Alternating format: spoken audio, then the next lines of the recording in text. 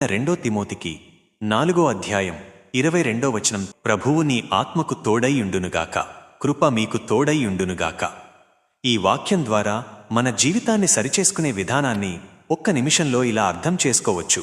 ప్రభువు నీ ఆత్మకు తోడైయుండునుగాక అంటే మన జీవితంలో దేవుని నిరంతర సన్నిధి మరియు ఆయన మార్గదర్శకత్వం మనకు ఎంతో అవసరం. మన లోపల ఉన్న ఆత్మ, మన అంతరంగ వ్యక్తిత్వం, మనస్సాక్షి ఎల్లప్పుడూ ప్రభువుతో సంబంధం కలిగి ఉండాలి. దీని ద్వారా మనం పాపపు ఆలోచనలను, చెడు కోరికలను జయించి సరియైన నిర్ణయాలు తీసుకుంటాము. కష్టాల్లో ధైర్యం, సంతోషంలో వినయం కలుగుతాయి.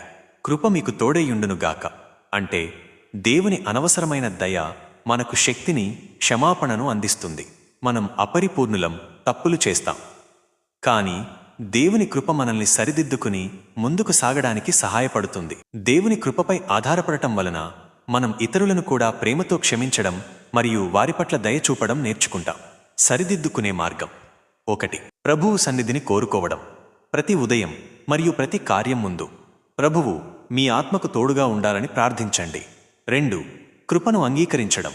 మీ తప్పులను ఒప్పుకోండి మరియు ఆయన కృప ద్వారా క్షమాపణ పొందండి. ఆ కృపలోనే నిలబడండి.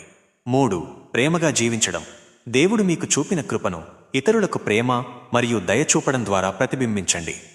ఈ విధంగా నిత్యం ప్రభువుతో సహవాసం చేస్తూ ఆయన కృపలో జీవించడం ద్వారా మన జీవితాన్ని ప్రతిరోజూ సరిచేసుకోవచ్చు.